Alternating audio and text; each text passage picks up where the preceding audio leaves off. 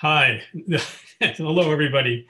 If your destination is the conversation with Michael Pollan, along with the members of the Center of the Neuroscience of Psychedelics, then you boarded the right Zoom. So welcome to you all. On behalf of the Mass General Hospital, its Center for the Neuroscience of Psychedelics, its Advisory Council, and all the friends of the center, please welcome to our launch event to celebrate the creation of this center. What an extraordinary thing this is. We appear to have over 1,200 people registered. I'm Jerry Rosenbaum. I'm the psychiatrist in chief emeritus of the Massachusetts General Hospital and a professor of psychiatry at Harvard Medical School and the first director of this Center for the Neuroscience of Psychedelics. Right now, behind me, you'll see some of my colleagues from the Massachusetts General Hospital. I've been here a long time, but not that long. This is a scene from 1846 when members of the Mass General Hospital departments of anesthesia, well, it wasn't anesthesia then, but it became anesthesia and surgery and medicine, gathered to do the first public demonstration of ether anesthesia, which word of that event went forward to the world and changed the face of surgery for sure and medicine in general. An extraordinary event that I describe to you now because I think it represents really who we are at this institution. So we are indeed a patient care institution. In fact, this week, according to Newsweek magazine, we're one of the top 3 hospitals in the world. But that really is one strand of our DNA. In fact, we are also the nation's largest biomedical research institution that's associated with a hospital, with spending over $1.2 billion a year on scientific discoveries focused on patient care and medicine. So we have a mission to provide care, but also a mission to advance care. For those of you familiar with psychedelics, you're familiar with the terms set and setting. So I would say that applies to this institution. We have the mindset and the intention to make a huge difference to patients around the world. And we have the tools and talent to make that possible. We truly are able to move from bench to bedside and bedside to bench seamlessly. We have patients and scientists working shoulder to shoulder, and many of our scientists are also physicians. Like so many of you, we came to be hopeful and were struck by the promise of psychedelic agents to really potentially be game changers for the future of psychiatric and more broadly brain health. And we see our specific place in this realm. Our specific mission is to understand how this can occur, to sort out through our scientific tools how these agents allow the brain to change, and then to use that knowledge to advance the future of therapeutics. Potentially to create a future of precision psychedelics. So that's really our mission. How we got into it is an interesting story, but I want to acknowledge the people who inspired us and made it possible. Certainly, it was a conversation with Katya Malaskaiva, who really was amused to encourage the idea of a Center for Neuroscience of Psychedelics. And our moderator today and my friend, Dick Simon, who has been both muse and patron. And our heartfelt thanks to those who have provided initial support for this center, including Katya Malaskaiva and George Goldsmith and the Blank and Susan family, who have enabled our initial research to go forward. I also want to give my heartfelt thanks to Michael Pollan, a member of our advisory council, for being the celebrity guest for this launch event, and no doubt being the reason so many of you have signed on to hear today's program. I want to finally let you know that you'll have an opportunity. We're going to start with a conversation between Dick Simon and Michael Pollan. Then the center leadership will engage Michael in a conversation and discussion.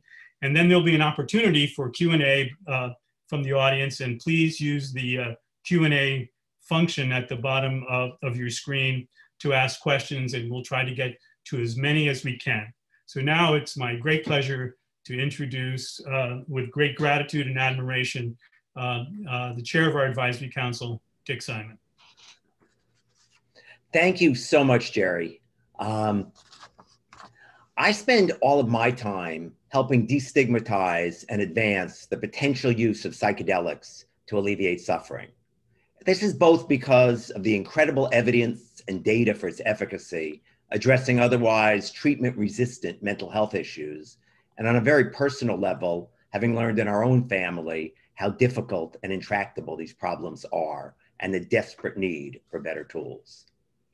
I'm involved in a range of activities in this space, and I'm honored to be chair of this advisory council, which is being officially launched today. I'd like to thank the advisory council, and this includes many of the leaders in this space, including Rick Doblin of MAPS, Robin Carhart-Harris of Imperial College, Katya Malaskaiva of Compass Pathways, and of course, Michael Pollan, who we'll be speaking with later today, or in a few moments. To all the members of the advisory council who contribute in so many ways, thank you. I also want to point out that incredible work has been done in this space over decades by fantastic researchers and scientists at institutions and organizations around the world, and without whose courage, talent, and brilliance, the whole area of psychedelic research, destigmatization, and hopefully soon, patient treatment to alleviate suffering wouldn't be where it is today. Some of you are joining us, and there's a tremendous debt of gratitude. Thank you. So I'd like to share what's so important to me about MGH's Center for the Neuroscience of Psychedelics and why I'm focusing here. One of them is certainly Jerry Rosenbaum, Dr. Gerald Rosenbaum, who's too modest to say it, but is probably the most senior in terms of activity and things that he has done in his career in any institution leading a psychedelic research center in the world. His 20 years as chief of MGH Psychiatry, generally the top-rated psychiatry department in the US for much of that tenure, and really important, his experience and expertise within the institution, which makes so much possible. He's earned tremendous support within MGH and faces far fewer issues of overcoming institutional barriers than in some other locations, as he himself has been central in the leadership at MGH and partners for decades. Basically, if Jerry says it's a good idea, everybody follows. And Jerry has been able to draw leaders and researchers at MGH in neurology, molecular biology, and we'll be hearing from some of that, as well as other practice areas outside of mental health, to work together, collaborating, no silos, looking at the possibilities in their disciplines. Other CNS or central nervous system diseases, including Parkinson's and possibly other movement disorders, Alzheimer's, and those who are interested in possible applications of psychedelics on their patients based on what preliminary studies may show. I don't want to get over-optimistic here, but there's reason for some optimism in this very interdisciplinary center. And as you will hear, the leadership team brings brilliance, passion, and beyond state-of-the-art technology to explore how psychedelics work on the brain and how to make them that much more effective.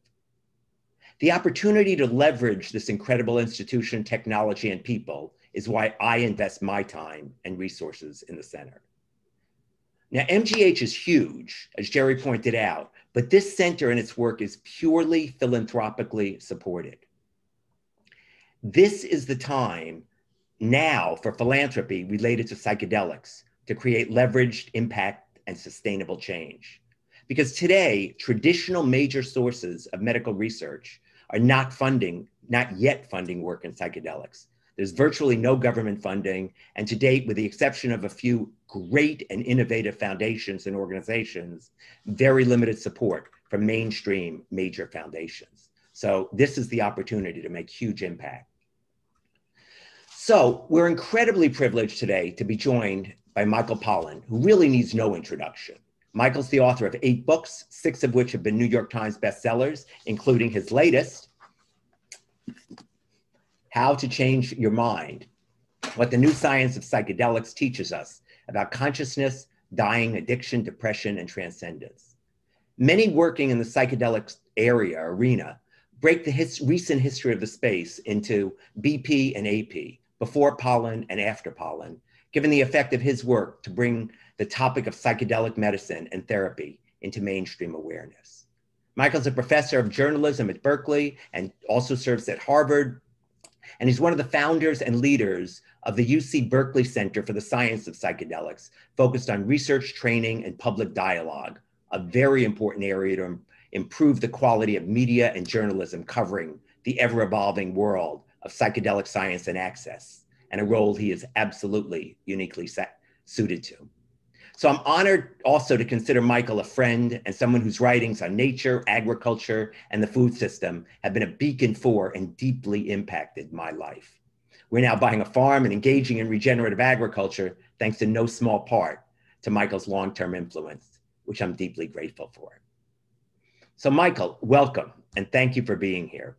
Thank you, Dick. It's a very generous introduction. Thank you very much. It's great to be here and to be play some role in this center, which I regard as one of the most encouraging developments in the whole field, actually, in the last several years. So I'm very happy to be here. Great. So we'll get back to the center in a moment. Can you share what led you to write How to Change Your Mind?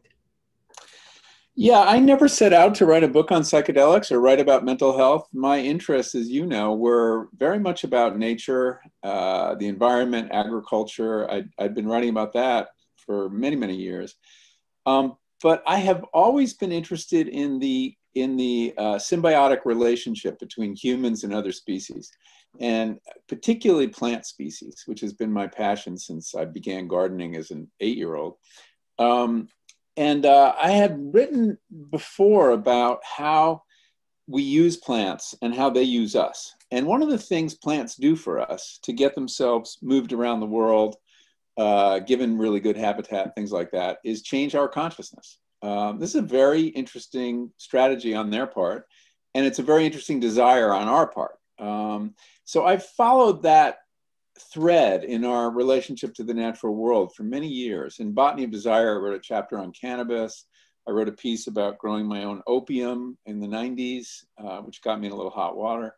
So when I heard, so this was in the background of my interests, but when I heard that, and I read an article in the New York Times that said that at both Hopkins and NYU, they were giving psilocybin, which I knew a little bit about and had had some experience with, but pretty limited, to cancer patients, terminal cancer patients, to help not with their cancer, but to relieve their, what the doctors called their existential distress, their anxiety and depression at the prospect of death and the fact of this diagnosis. And I thought this was such a curious development that I had to look into it. And this led to an article I wrote for the New Yorker called The Trip Treatment, where I really got to know some of the patients and the researchers. And in the course of writing that piece, which was one of the most provocative pieces of journalism I'd ever had the occasion to report, I decided there was a really interesting book in this, that through psychedelics, there was so much you could learn about mental health, about the mind and the brain, and the fact that after having all these interviews with these cancer patients who'd had their lives transformed by a single experience, I got intensely curious to see what that was all about. And so decided to embark on the book, How to Change Your Mind, which involved, as you know, not simply third-person reporting, but first-person reporting. And that was transformative for me. So when I first read the book, I thought and at that point I was actively involved in trying to advance psychedelic research and destigmatization. I thought I could sort of retire from my work in destigmatization. Here was you writing an incredible book with an amazing platform, but I realized there was still a lot to do. And there have been major changes in the roughly 3 years since it's been released. Could you just comment on what the landscape looks like now versus when your book first came out? Yeah, it's remarkable what's happened in the last 3 years. And I certainly don't take credit for it. I think the book has influenced a lot of people. It has made psychedelics a more acceptable topic. Before I published, most of the scientists I talked to would tell me, who weren't already committed to psychedelics, that very small group that got, visionary group that got the work started, other scientists, and this was true at my campus at Berkeley, told me, well, this is a death sentence for graduate students to study psychedelics. This is just out of bounds. And so I thought that was very interesting. And certainly it's now inbounds. There are psychedelic centers popping up at very prestigious universities all over the country, all over the world. So that's one big change. I also see change, though, in the public's interest in psychedelics, and that people who are very resistant are now at least curious. So I think the conversation has changed in many ways. Now, as a journalist, I don't pretend that I can move the public dialogue. What journalists are good at is maybe seeing around one corner. We're not visionaries, but we do have our fingers in the air. And when the zeitgeist is kind of shifting, we often pick up on it a little bit early. And I had some sense that there was something in the air with psychedelics before I published the book. I knew it after the New Yorker piece came out and had such a strong reaction. But there was I could see that there was two things converging. One was this promising new treatment that was showing some, as you point out rightly, very promising preliminary results. And that is still mostly what we have. Although a lot of research has been done since the book came out in 2018. So you had that trajectory. And then you had the fact that a mental health crisis was deepening, not just in this country, but in the world. And it's been made, of course, much worse by the pandemic. And I didn't fully understand how limited the tools that mental health treatment has, and how sore the need is for new tools. And I think that I expected a great deal of resistance from, conventional psychiatry.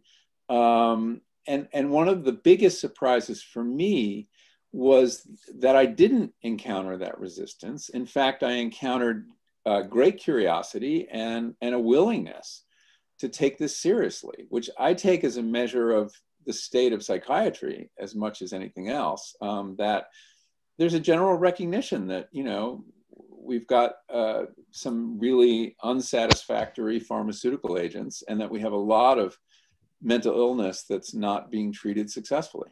And so that the openness to innovation that I never expected to find is really quite profound. And the beginning of the center is, I think, one more indication of that we can do a lot better potentially, and deal not just with symptoms, as a lot of the drugs we use do, but actually deal with causes and cures. Yeah, which is really pretty amazing, rather than a pill a day to just. Oh, it's so exciting. Bad. Yeah. Yeah. No, it's very exciting. I mean, we may, look, we may be disappointed when we get to phase 3 studies of all these agents, but from everything I see, the phase 3 work is supporting the earlier work, and signs are very encouraging. Yeah. So you graciously agreed to be on MGH's advisory council and to speak today. Why do you feel like the work at this center is significant and worth focus? Well, this is the only advisory board I have agreed to join, apart from the one at Berkeley, which is kind of my home campus. I do regard Harvard, though, as also a home campus. I'm a professor in the English department. And there are a couple of reasons I thought this was really an important venture to take some small part in. One is to the extent that MGH is part of Harvard, the return of psychedelics to Harvard is a big historical event. I remember when I was, the first year I spent in Cambridge, I was a Radcliffe Fellow back in, 2015. And Franklin King, who's involved with the center, a young psychiatrist at the center, reached out to me, and we had lunch at Harvest, and he talked about his burning desire to bring psychedelic research back to Harvard and to the medical school. And I laughed. I said, this is the last institution in America that will go near psychedelics after the experience with Timothy Leary and the scandals of the early 60s. And I said, you're better off moving somewhere else.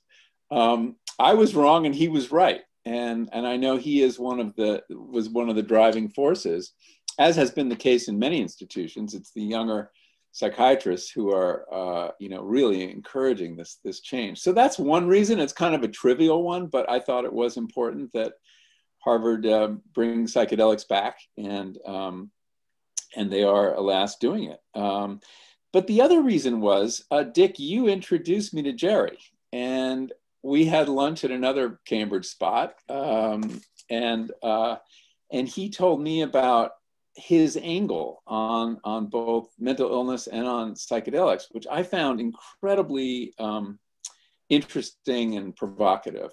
And that was his focus on rumination and really Jerry should be describing this, not me, but basically he's interested in the hypothesis that underlying a lot of supposedly discrete mental disorders, such as depression, anxiety, addiction, OCD, perhaps eating disorders too, that they may not be as separate as we think, and that these diagnoses are not actually rooted in biology necessarily. They're rooted in the DSM, the Diagnostic and Statistical Manual. They're artifacts of human theory about something that's very poorly understood.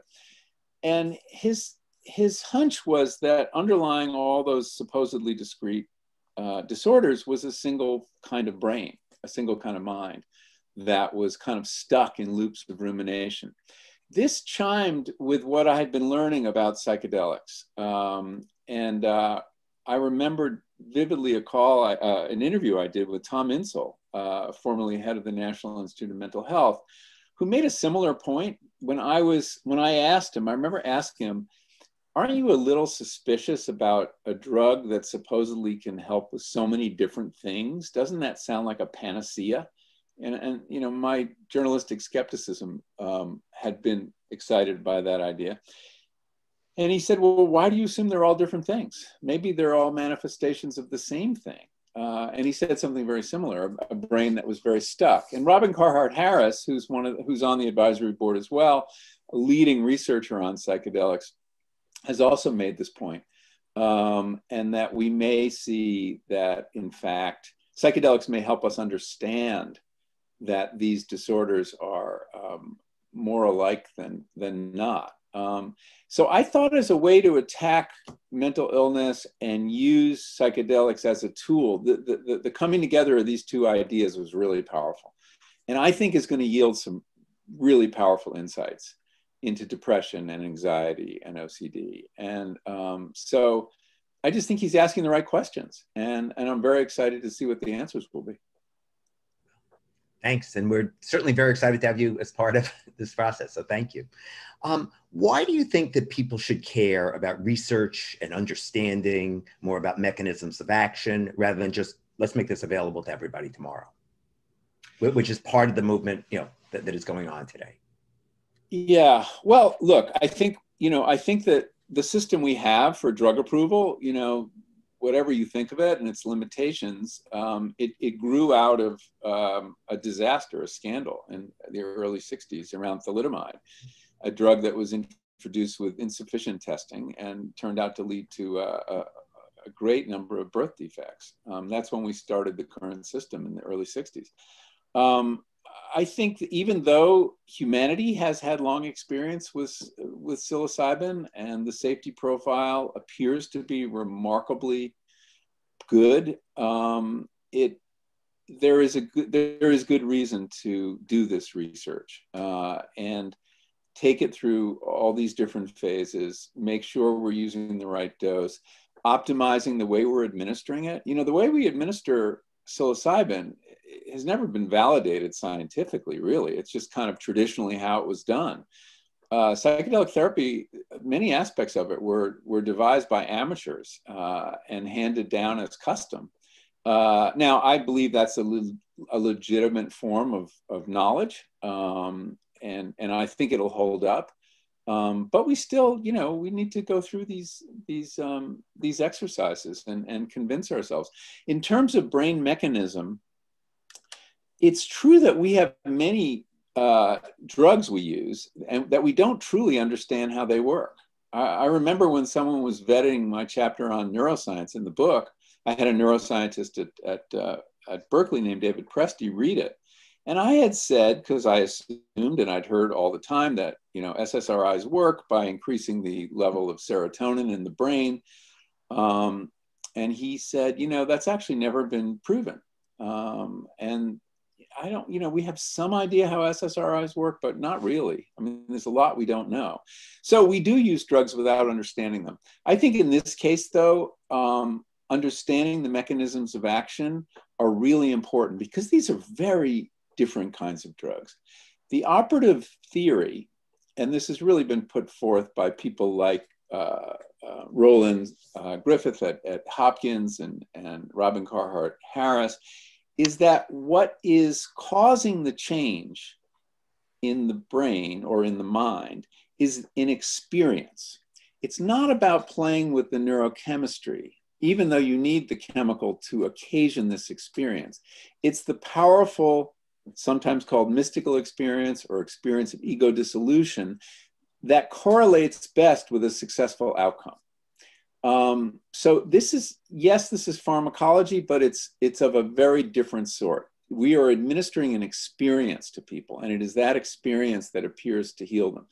Now, this idea needs to be tested too, and somebody has proposed an interesting test and offered as a challenge to Roland Griffith and his belief that you need a mystical experience to have a successful outcome. And I know that's a freaky idea to a lot of scientists, that we're administering spiritual experience to people. But that's precisely what I think is so interesting about this. And that was well, what if you gave psilocybin to someone under deep anesthesia and you got the same change?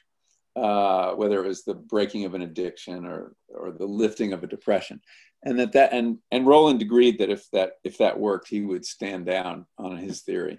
But the point is, it's important to know this. I think, what are we really dealing with here? And then there's the purely intellectually exciting opportunity to figure out new things about the brain and the mind and the relationship between the two.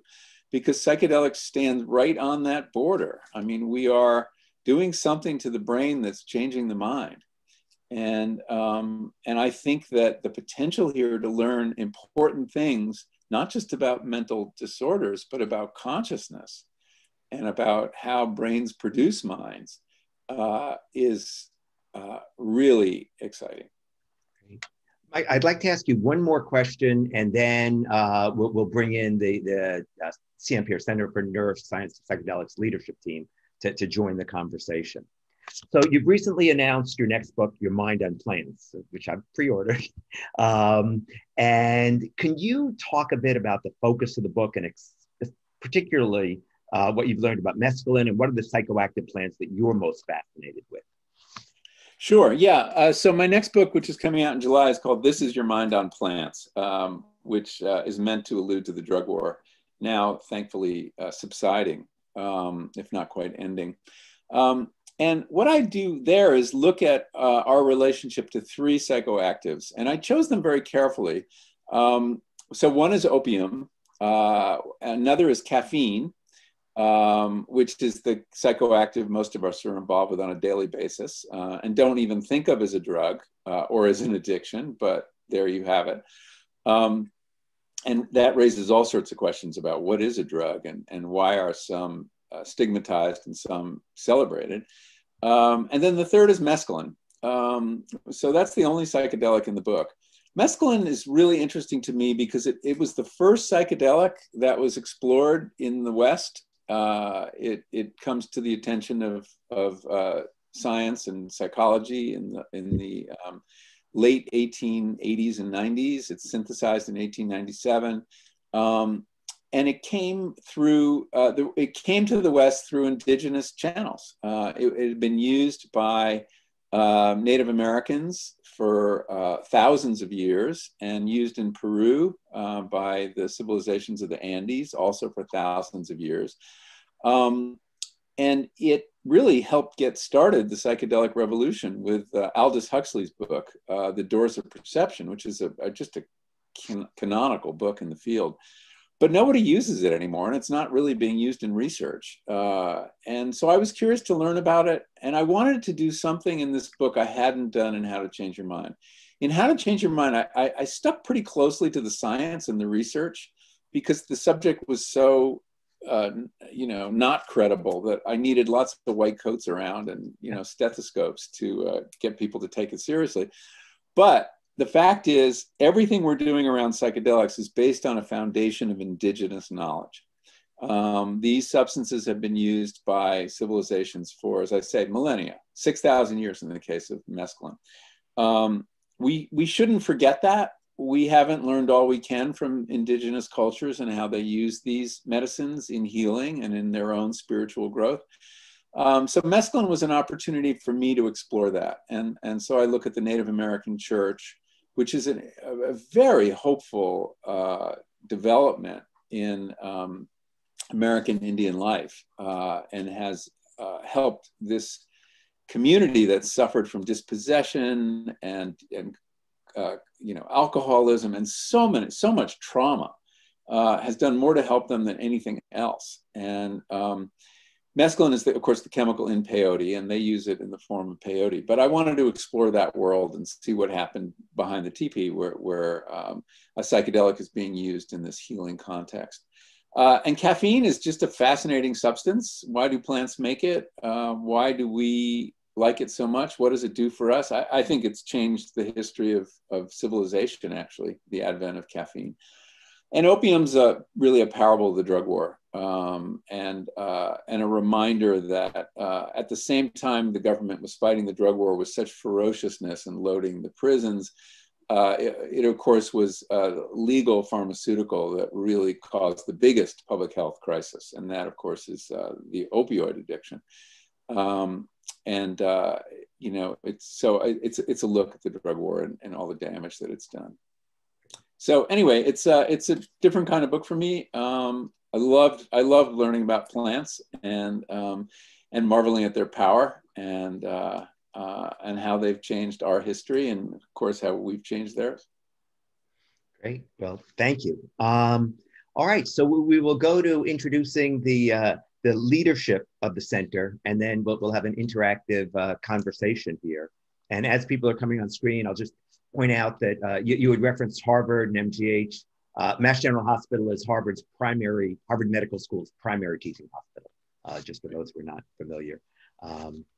Great. So first I'd like to introduce, and I'll just give the names, and then people will mention their role within the center and what they're doing there. So Dr. Sharmin Ghaznavi. Sharmin. Hi, I'm the Associate Director for the Center and the Director of Cognitive Neuroscience. I'm a psychiatrist and a neuroscientist, and I'll be heading up the first few studies looking at psilocybin for rumination and other cognitive processes in treatment-resistant major depression. And I think I'm excited about the center because I'm excited to understand how psychedelics affect brain networks that underlie how we think and feel. And I'm really hopeful for my patients. Thanks so much, Sharmin. Dr. Stephen Haggerty. Hi, I'm Steve Haggerty. I'm Director of Chemical Neurobiology for the center. I'm really excited to have this opportunity to work with my clinical colleagues, taking advantage of some of the advances, both in our ability to model human diseases using stem cell technology, but really leveraging some of the insights from ethnobotany and the history of our discovery of the relationship of plants and humans. And the opportunities, I think, at a basic research level to create new tools, as Michael just explained to us, we need to help, I think, our colleagues and have some new future medicines in this area. Great, thanks so much, Steve. Dr. Bruce Rosen. Hey there, I'm Bruce Rosen. I'm a radiologist and physicist. I'm the director of the Athenola Martino Center for Biomedical Imaging, a large research laboratory at the Mass General, dedicated to developing new tools to study the brain and, of course, applying them in a wide range of illnesses. I'm very excited to be here and as part of the center to help facilitate the work of great clinicians like Sharman and Franklin, Jerry himself, on the use of the imaging tools that we've developed at the Martino Center to study the effects of these compounds on brain action. And that's what has me so excited, is the opportunity to work with these great minds on such an interesting problem. Thanks so much. And I should just mention, when Bruce talks about these tools, Bruce was actually involved in creation of the entire field of fMRI, on which all brain imaging nowadays is based in. So these tools, thank you, Bruce. Dr. Jacob Hooker. I'm Jacob Hooker. I'm a chemical neuroscientist and the director of translational biomarkers for the center. I'm excited to have the opportunity to connect the dots between the basic science at the receptor and neurochemical level, all the way up to the human experience, thinking about how we connect that science by fluid biomarkers, imaging biomarkers, so that we can develop an interpretation of the outcomes back down to the mechanism, and then drive the next iteration of innovation in this space. I'm very excited to work with everybody in this regard. Great, thanks so much, Jacob. And finally, Dr. Franklin King, who I want to say, I'm really glad you didn't listen to Michael back then. He was wrong, you were right. Thank you for saying. So I'm Franklin King. Within the center, I'm the director of training and education. And I guess Michael's already alluded to my longstanding enthusiasm for this, which really comes from, I think, both a curiosity in terms of what psychedelics can bring to us in investigating neuroscientific principles, and also in their promise in treating intractable diseases that we as clinical psychiatrists deal with every day. My specific sub-interests within psychedelics include, I'm really interested in education. I see some questions already on sort of how do we translate what these medicines do to a sort of unknowing public, to clinicians that aren't well versed in this, and also in sort of the experiential components of the therapy, ways that we might be able to optimize the psychedelic assisted therapy model that we have right now. So really excited to be, with such an outstanding group of people here, and yeah, looking forward to the rest of the talk. Great. Jerry, I'll turn to you to help lead this process now. Okay, so I'll ask the first question based on some of the things we've heard. You've met a lot of our team and can appreciate we're making a big bet on the science and understanding biology and mechanism of action and in the way science works, with the hope that it will lead us to new opportunities to reduce human suffering in the end. But as you refer to the action of these drugs and the importance of the experience, I guess the essential question about the available psychedelics is whether you think we really already have all we need. It'd be interesting to understand how they do what they do, but whether we'll improve on it, whether if it's the experience and these substances already generate that experience that allows change to take place. Do you still feel that our focus and emphasis, hope, and aspirations to pursue the science and understand in new ways how they work is the right way to go? This is for me? Yes, that's Mike. Yeah, I mean, the reason we're working on, the two substances that are getting the most attention are psilocybin and MDMA. These are historical accidents to some degree. Psilocybin was chosen in the 90s when a group decided to bring back psychedelic research for a practical reason. It's shorter acting than LSD. The session is over in 4 to 6 hours as opposed to 12. And, clinicians want to get home for dinner too. I mean, it just it's difficult to work and you need 2 therapists, or we think you do. And also because psilocybin didn't carry the cultural baggage of LSD. LSD would have excited a lot more opposition, I think. And the people who made these decisions were thinking, most people don't know what psilocybin is, even now. So it can go below the radar. Are there other compounds that might be superior?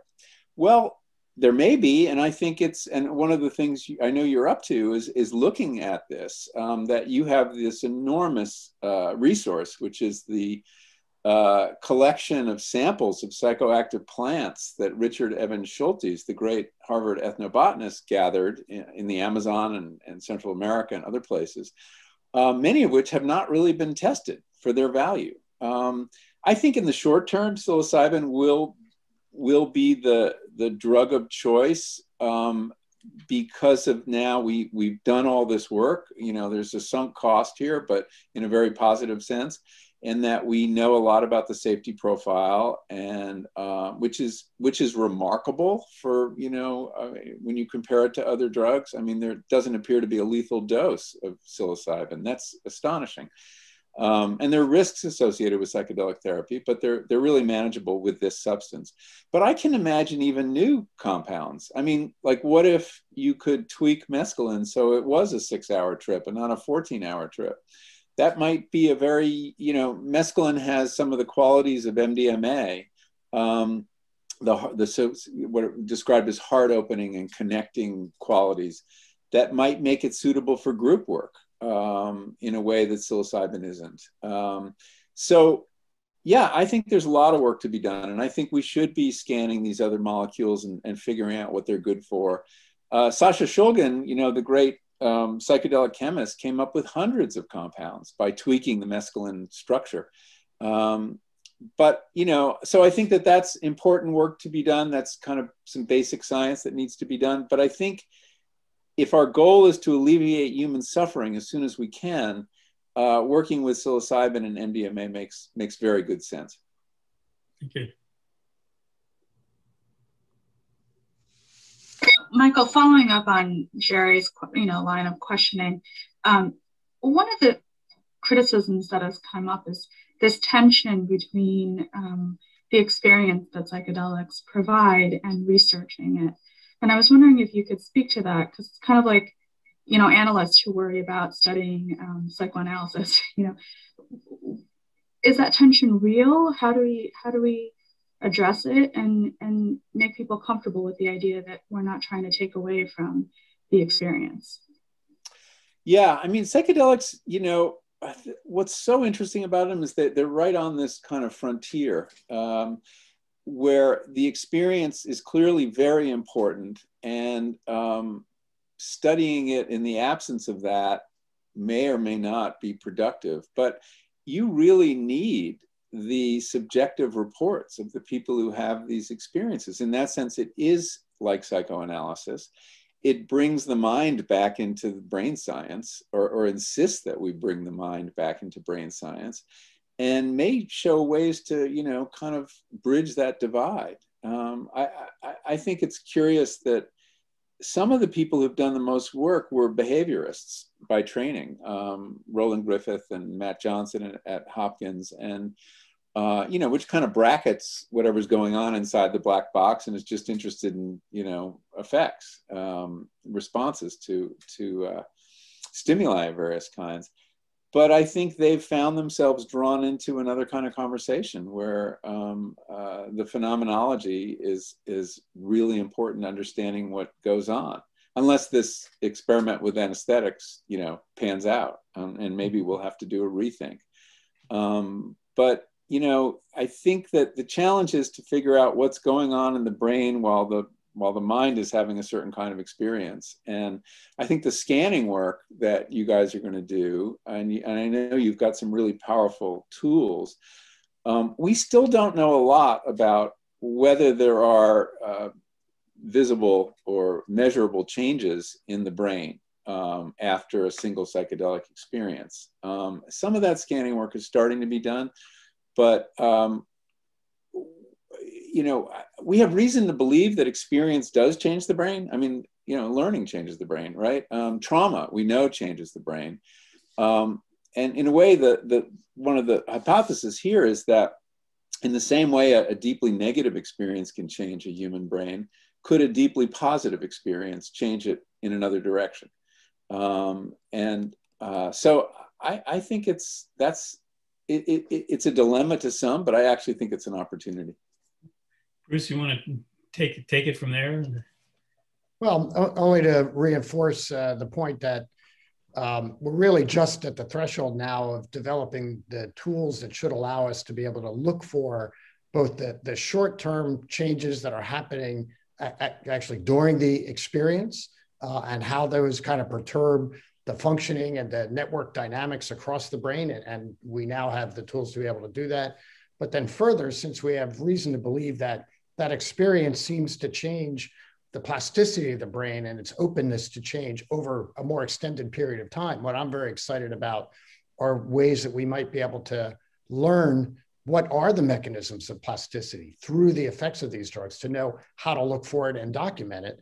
And that's a situation where not only our experience with these drugs, but the kind of compounds that Steve is going to be able to explore might be valuable, because it may give us a hint into much broader class of compounds that are really targeted towards enhancing plasticity. Obviously, that's highly relevant for all the disorders we've been talking about, but equally relevant for disorders like recovery from stroke and other neurological disorders. And so the ability to get into the fundamentals of how the brain can rewire itself, I think is a fantastic opportunity that experiments that Charmin is setting up to do are really setting us up to be able to explore. Yeah, just to follow up on that, one of the interesting lines of research that's been going on with animals and psychedelics has been demonstrating the power of MDMA and also LSD to reopen critical periods in development, which is obviously closely related to plasticity. Gould Dolan is a neuroscientist at Hopkins, not part of their psychedelic team, but she's done this with rats and with octopuses, which are both very solitary creatures. But she found with both MDMA, which she's published, and LSD, which she hasn't yet, that this period of maximum adolescent sociality in these species can be reopened. And that is very suggestive in terms of things like stroke. I mean, we all know a little bit about critical periods. There's this period where you can learn language very easily, and then that closes. And around how sociable we are. Very important potentially to studying autism. If you could open a social critical period again. So I think that whole line of inquiry is fascinating and potentially very, very promising. So Jacob, you want to pick up on that? The idea that we can go afield to other conditions like autism with these tools? Yeah, I think the potential of this therapeutic strategy is quite large. And because of that, we've seen just tremendous commercial interest. We've seen biotechnology companies emerge, quite large ones at this point, that have an interest in supporting commercialization of these ideas. I think to some degree they're excited about helping us understand the science too, but oftentimes they come to us with very specific goals that would help their sort of commercialization strategy, the science that needs to get done to get them, through the clinic. One thing we wrestle with is to what extent to leverage that money to try and help do the science we need versus, to seek more, academic money, if you will, grants, philanthropy, and related. How would you see sort of us maximizing the relationship with sort of the commercialization arm of psychedelics as we grow and move the center forward? I think it's a tremendous question, and we're grappling with it at Berkeley, whether we want to do corporate partnerships. There is a kind of gold rush going on right now. There's just so much capital. And, there've been a couple successful IPOs that have, companies have been started, this week with plans to have an IPO next summer. I mean, it's just kind of a crazy amount of capital chasing what is probably too few good ideas. There's some interesting complications in this field. I mean, we're talking about compounds that have existed and been used for thousands of years in some cases, that people are interested in patenting in some ways, or somehow controlling and monopolizing. So I think any universities that gets involved with corporate sponsorship needs to be very careful about preserving their principles of open science, if they have them, and you know, driving really hard bargains. I mean, the fact is that, you know, Dick alluded to this earlier, that there is not the usual sources of research funding available to psychedelic research. NIH is not funding it as of now. That could change. Right now is, as Dick said, the moment for philanthropy. This is a moment where philanthropists have incredible leverage, that a relatively small gift has the potential to change the playing field around mental health, around understanding of the brain and mind. And so far, you know, tens of millions of dollars have come in this way. It's really unusual for an area of research like this that it's be privately funded. Most such research is funded by the government. And then the other alternative is corporate money. And, you know, I'm sure there are terms on which to strike those deals that advance the research project without compromising important principles. But I think everybody has to have their eyes open. Thank you.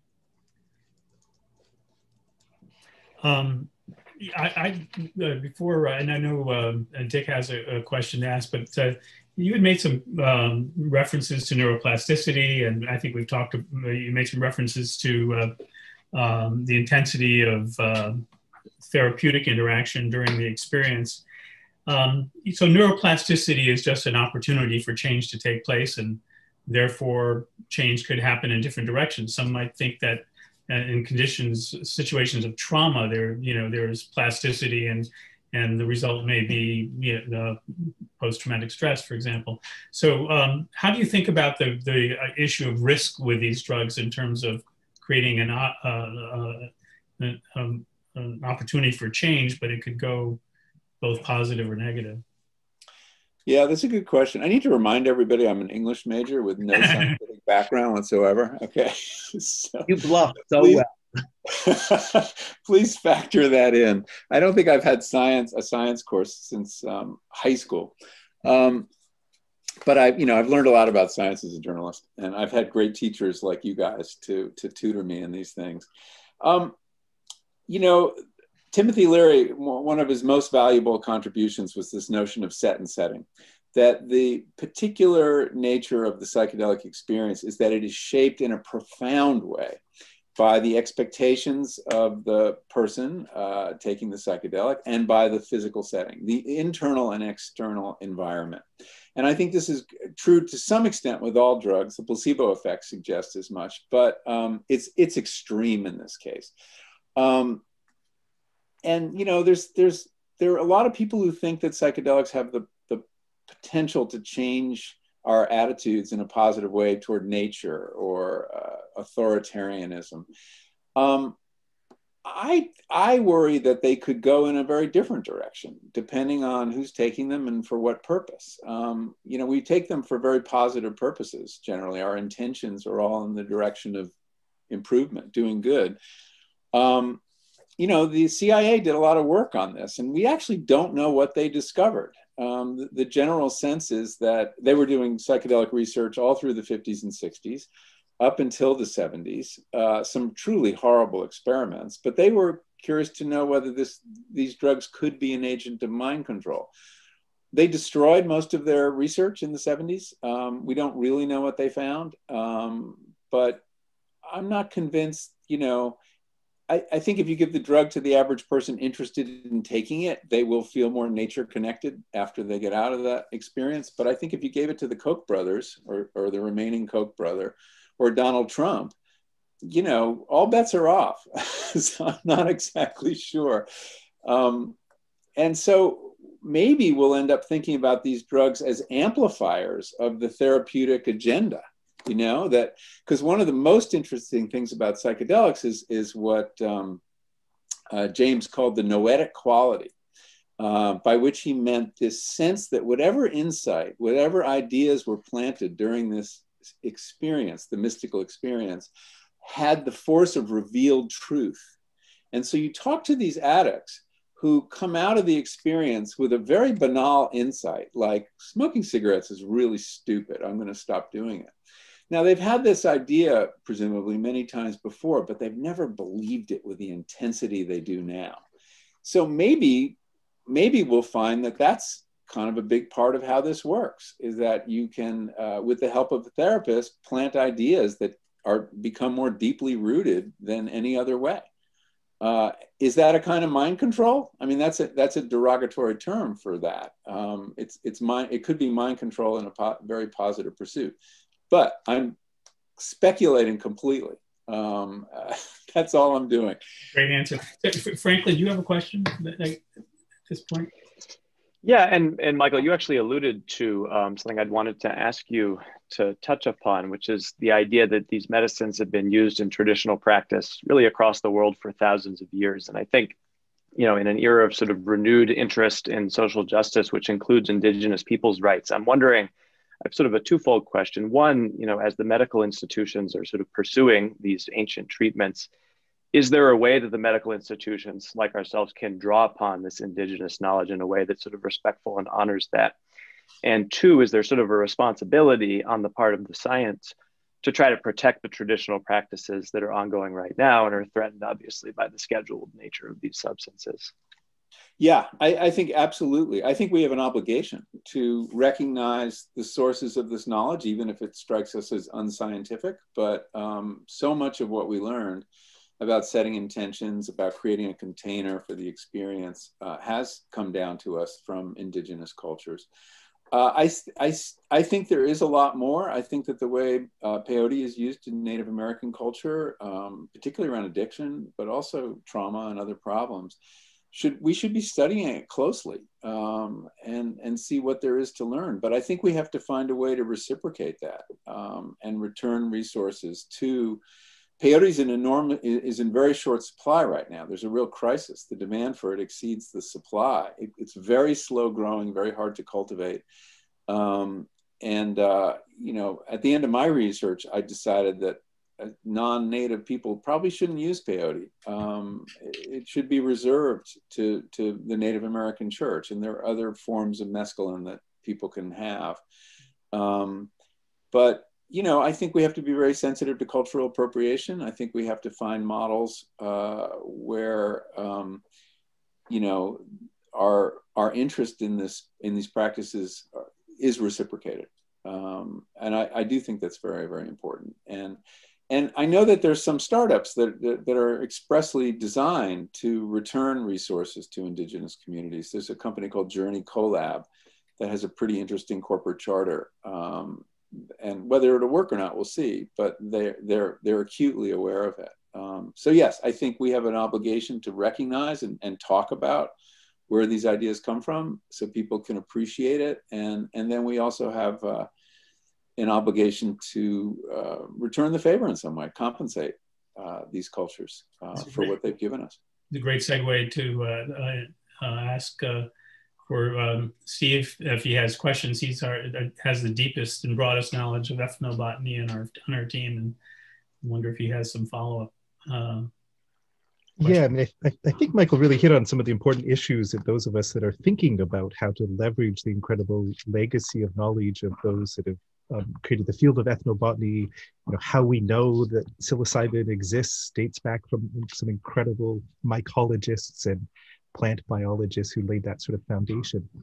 And I think these important issues of reciprocity and understanding, are there alternatives? Maybe once we discover a chemical, of course, from the mescaline example, we could synthesize it, but does that capture the full spirit of what peyote absolutely has? And that's a really important debate about synthetics versus what nature might provide. But I wanted to, Michael, I wanted to ask you a slightly different sort of question here that's about projecting into the future a little bit, because we've been really touching on these two major ways in which psychedelics are used, either sort of in a religious model, in that case with the Native American church, versus this medicalization of it that we're all really excited about for the reasons you articulated again about ensuring that the molecules are safe and effective and we create an evidence base. But sometimes I wonder if we're putting too much pressure on the current clinical trials. And, is there another way that you would project ahead in a few years that we'll be looking at this and say, oh, that was the obvious path to go down here, that we're not? That's a really interesting question, and it's one I've been thinking about. I mean, we are sort of cramming psychedelics into our model, right? Our model of mental health, our model of drug discovery, and maybe that's not right. A lot of people who work with psychedelics in the underground have a different conception. They're using them therapeutically, but they see it as a kind of process, and I shouldn't generalize, but many of them that I've talked to, not so much as solving X problem, you have depression or you have addiction and we're going to fix that, but more as a process that over several different psychedelic experiences leads to a kind of growth, leads to a self-acceptance, leads to greater happiness, not in such a dramatic way where just fixing problem A with substance B, but more of a process of spiritual growth. And that is that more true to the substances? It might be. It might be. On the synthetic issue, I think that's a really interesting one. I mean, there's something like, you know better than I, 50 other alkaloids in peyote. And in psilocybin too, we're working with synthetic psilocybin in all these trials, but there are other, and some of them we know to be psychoactive alkaloids in the mushroom. And should we be, baeocystine is one, should be working with that too. And I don't think that kind of research has been done. Is there any kind of entourage effect when you have, the whole plant versus the synthetic? There again is another example of taking a very rich and complicated thing and forcing it into these round holes. The FDA really just wants to hear about one molecule. They don't want to hear about a group of molecules. It's one of the reasons ayahuasca doesn't get a lot of studying, because it's multi, there are lots of different alkaloids involved, and not just alkaloids. But what if that is what is most active? So I think we should be sensitive to the fact that we're taking something complicated and putting it into a simple framework. At this point, Michael, do you have questions for our team about our program and what we intend to do, or questions for any of our Yeah, I would love to hear a little bit more from Stephen about his plans for looking at all these relatively unknown substances, and how he plans to go about studying them and figuring out if there's gold in them there hills. We're in our, I would say, earliest stages of formulating exactly what that's going to look like, but I can give you very practical examples. And that's been, in many ways, we're tracing back the legacy of the late Harvard professor and great ethnobotanist Richard Evans Schultes, someone I discovered as a graduate student at Harvard. I recognized that people like Franklin King had uncovered his work, and a little book such as this, a golden guide, where he captured this amazing diversity of psychoactive substances, right? And the fact that someone like Schultes really told us in the late 70s that these plants may provide some of the tools that would be useful in psychiatry right now is part of this fascinating history. And he tells us about all of these other plants. Now, many of these are not ones that are readily accessible, either because they are found only in the Amazon jungle or in other locations from that. And we're trying to think about how we leverage some of Harvard's resources through the Harvard Herbarium, where some of those collections exist, where we may not be actually sampling those plants, but that knowledge we can connect to another sample source of it. So technologies, including genome sequencing, that let us, create a molecular barcode of that plant. And we want to bring some of this information to life right now. Very practically, though, what we're doing in the lab is trying to make extracts from some of these plants that he described that we haven't found the active psychoactive component.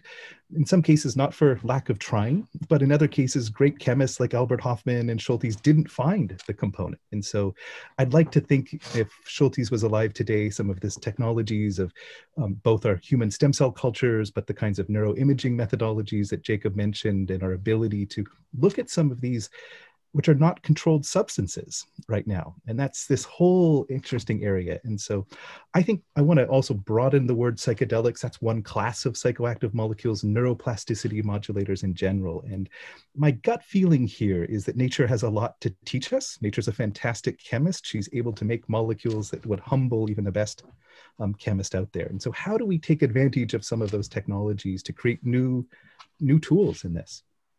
I think we also need to create a new generation of ethnobotanists. I think a great failing of Harvard was to let that department lapse after Schulte's retirement or death. And so much important work was done. And if you think of the people he trained, absolutely,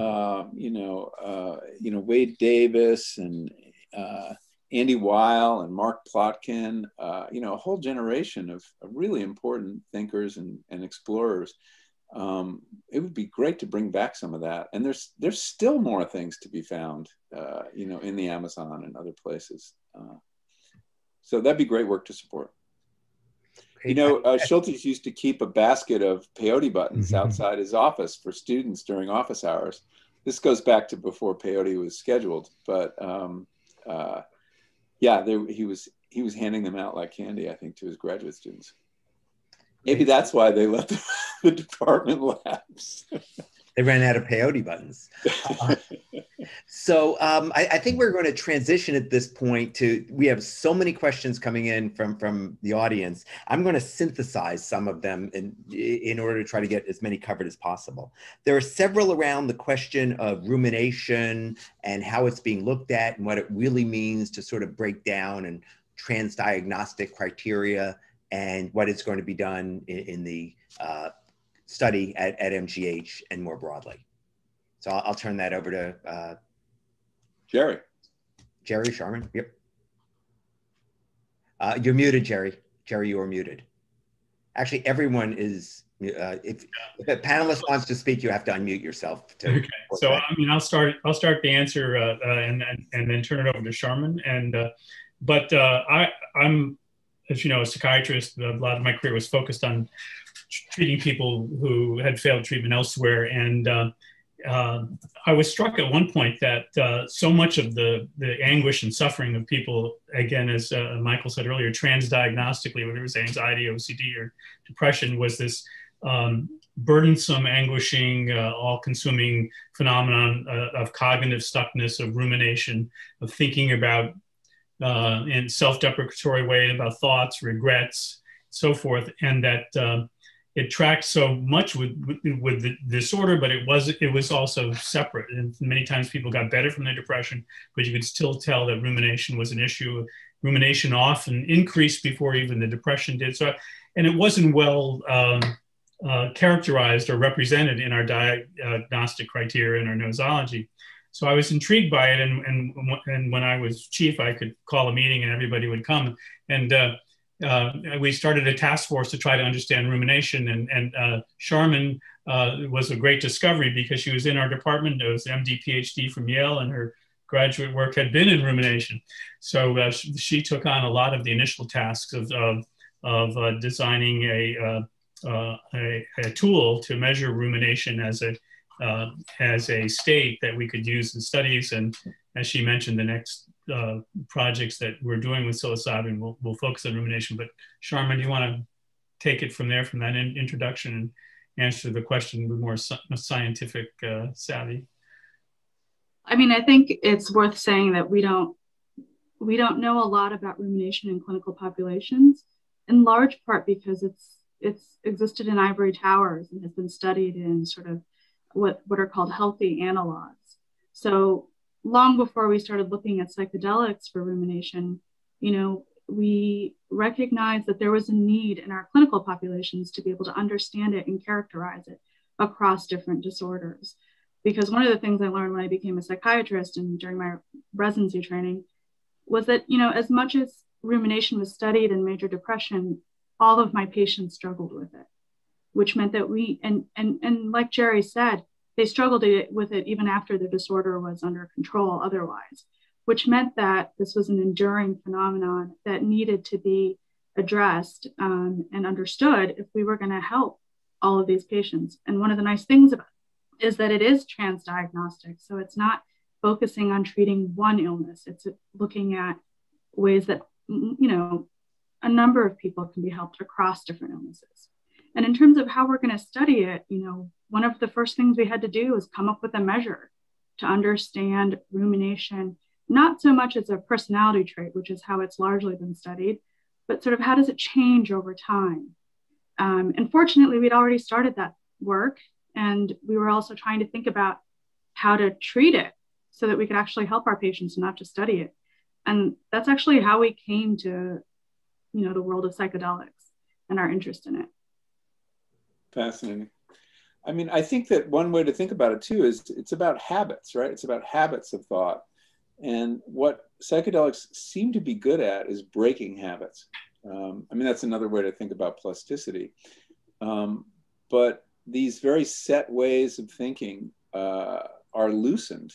And that may have to do with, we were talking about these ability to map connections in the brain, that if those connections are even temporarily disrupted, that may create an opening to break habits. And, so there's a lot of different ways into this issue. But I do think rumination is a very powerful concept to work with. So, and it's so interesting the way you describe it as state and not trait, which of course also gives you hope to be able to accomplish exactly what Michael has laid out. Yeah.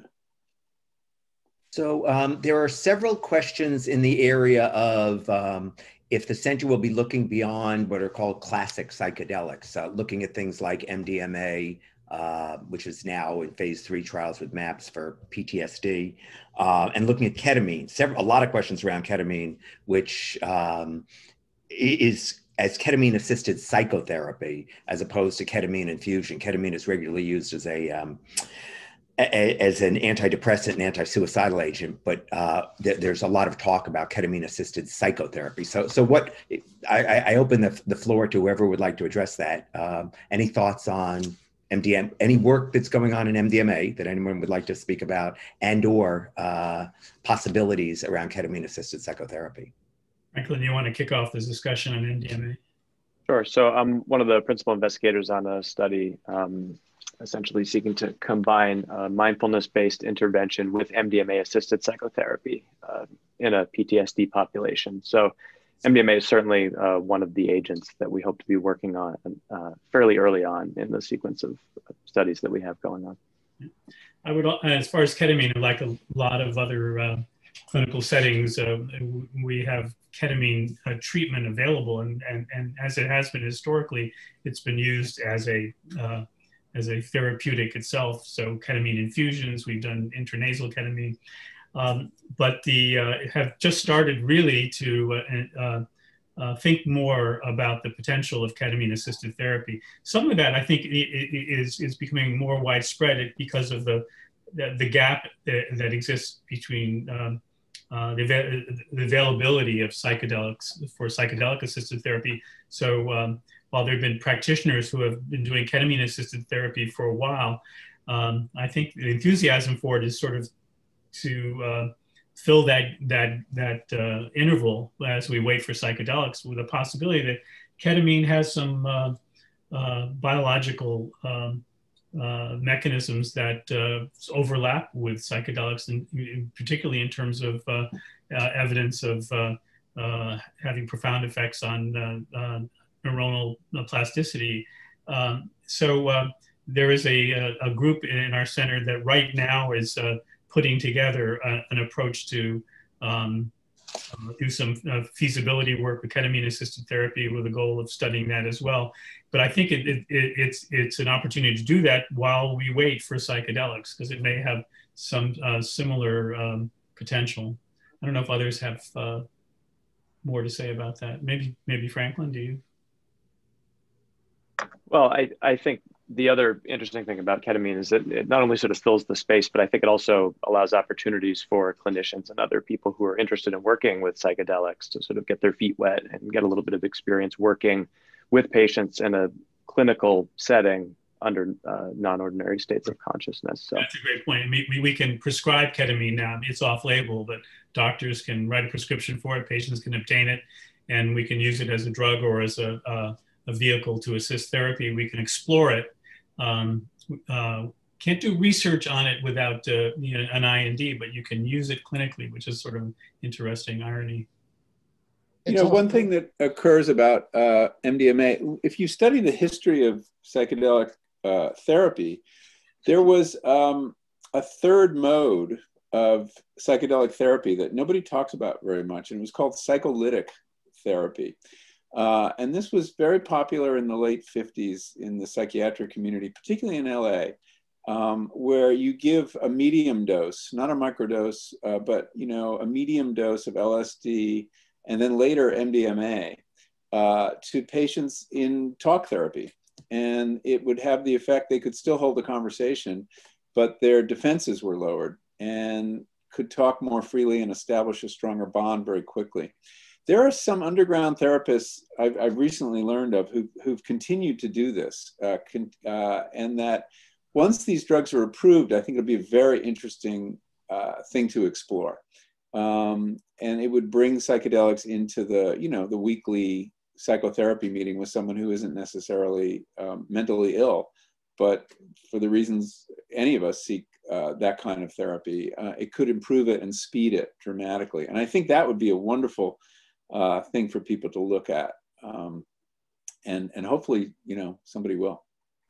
It's interesting, Michael. I know Franklin has plans to study exactly this question of the therapeutic interaction itself. Of course, all these therapy, assisted or guided approaches involve two people, and that's two brains and how they interact. And there are actually tools that Franklin's been discussing with other colleagues of ours, like Vitaly Napadal, to be able to actually study the nature of that interaction, from a neuroscience standpoint, as well as, of course, mapping out, the therapeutic implications of that. So it's something that we can bring some, real quantitative science behind, as well as, of course, the important behavioral implications.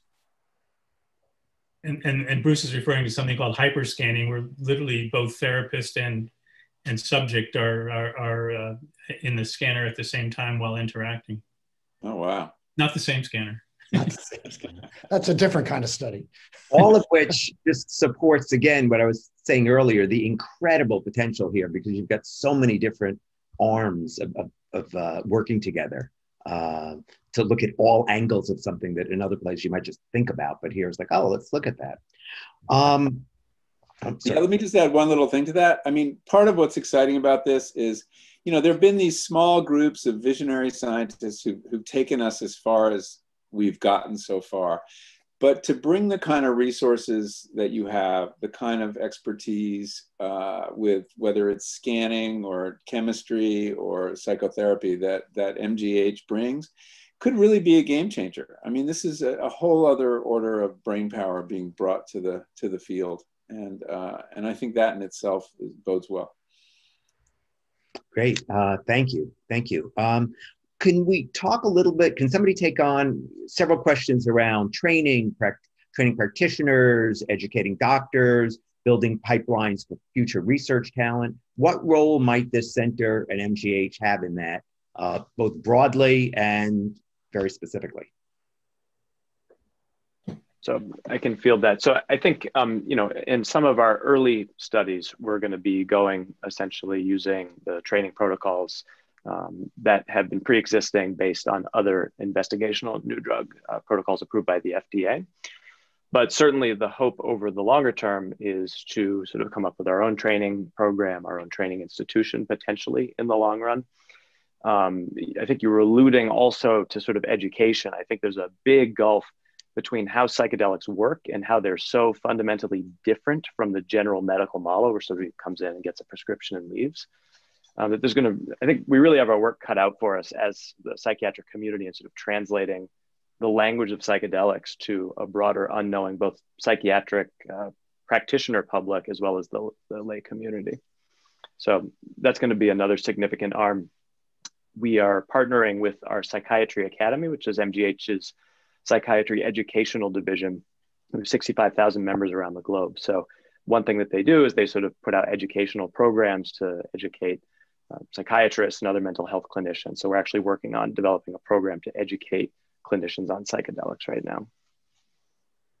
Just add to that, in addition to sort of clinicians, you know, we're already working with a number of really talented graduate students and undergraduate students at Harvard who have really sort of already shown an interest in this sort of area. And so I think that's critical also, that we've had the opportunity to create training all along the sort of pipeline here to really advance the field. One important model that I think we'll end up using is training across the disciplines, right? Training in the fundamental chemistry as it applies to the translational biology and to the clinic. And so I think the center will be in a really unique position to cross-train across those silos to create a generation of scientists that hasn't been seen yet. And that's one of the exciting aspects of a center like this to me. Thank you. I was just going to add one thing, Franklin, if you can clarify for people who aren't familiar with the Psych Academy at MGH, I think it exemplifies the sort of scale of operations and potential that exists starting through this center. Sure. So the Psychiatry Academy is a pretty large division within the Department of Psychiatry. And I couldn't put a number to how it compares, but I'm pretty sure it's probably one of the largest in the world of any institution that sort of provides educational materials. And not just that, the Psychiatry Academy, they work with non-governmental organizations, other hospitals. They train up whole swaths of clinicians. We offer conferences, many, many different conferences, both here in Boston and in other locations. So it's a very influential figure within the realm of psychiatric education. Just worth mentioning for those of you that don't know, if you're a clinician, whether you're a psychiatrist, psychologist, or what have you, you have to do certification every few years and sort of prove that you continue to stay abreast of the literature. And so institutions like the Academy provide that.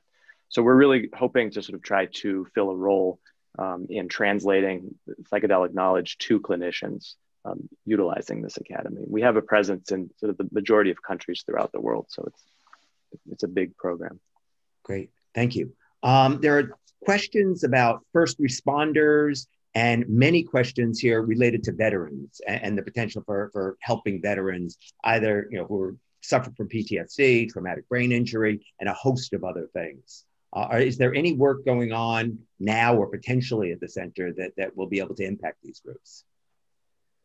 Well, I think the first thing to mention in response to the question is that Mass General is the home to the home-based program, which I think is the largest sort of public-private center for offering treatment to veterans, and not just locally, but regionally and nationally. So, because of the strength of the philanthropic support for our home-based program, we actually fly in veterans with PTSD from all over the country for programs that may be 2 weeks long or 4 days long, as well as treating veterans from our own community and region.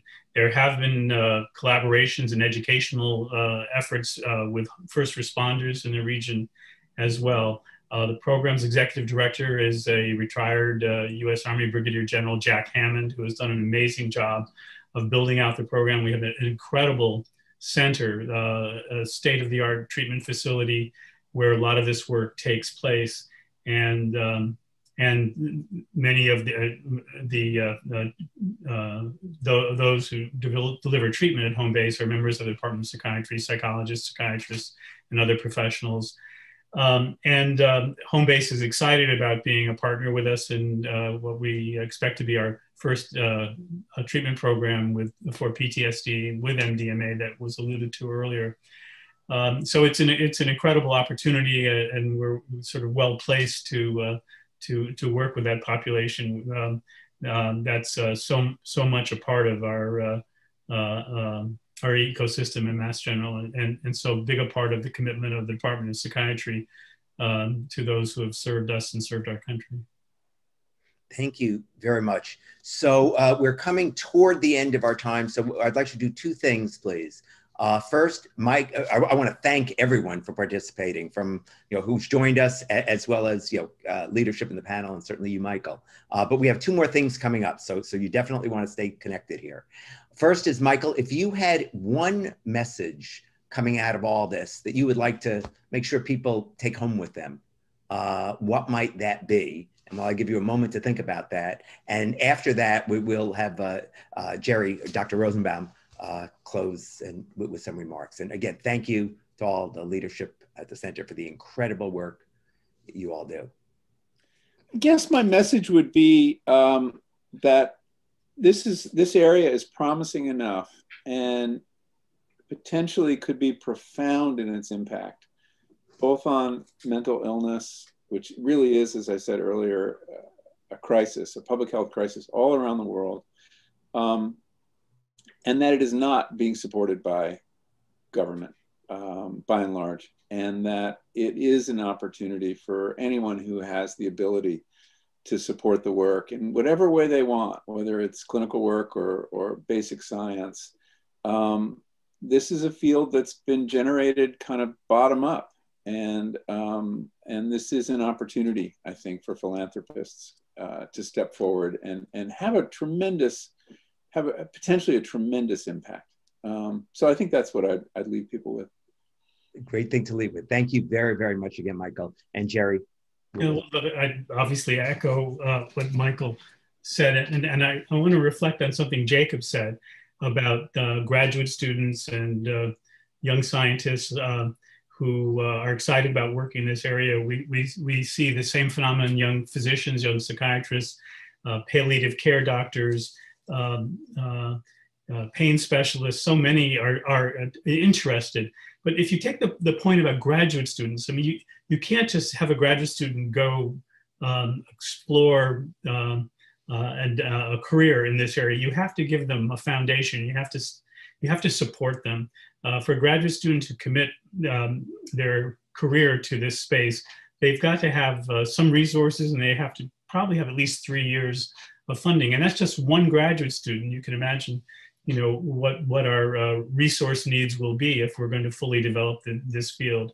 We want to give these people an opportunity. We want to take advantage of the opportunity that lies before us. And for those of you who enjoy philanthropy, for whom rocks your life and gives you pleasure, and you have the capacity to do it, I think that this is a worthwhile space to be making a contribution to. So I thank you in advance for all you may do to help people either here or elsewhere that is committed to this work. And I want to close by thanking so many of you for joining us today and being part of this exciting venture that we're on, and for your interest and commitment to this field. And Dick and Michael, just a phenomenal presentation. Michael, you're an extraordinarily thoughtful and well-versed person, and have given us such a great gift today. So thank you so much, and everybody, good luck and stay safe.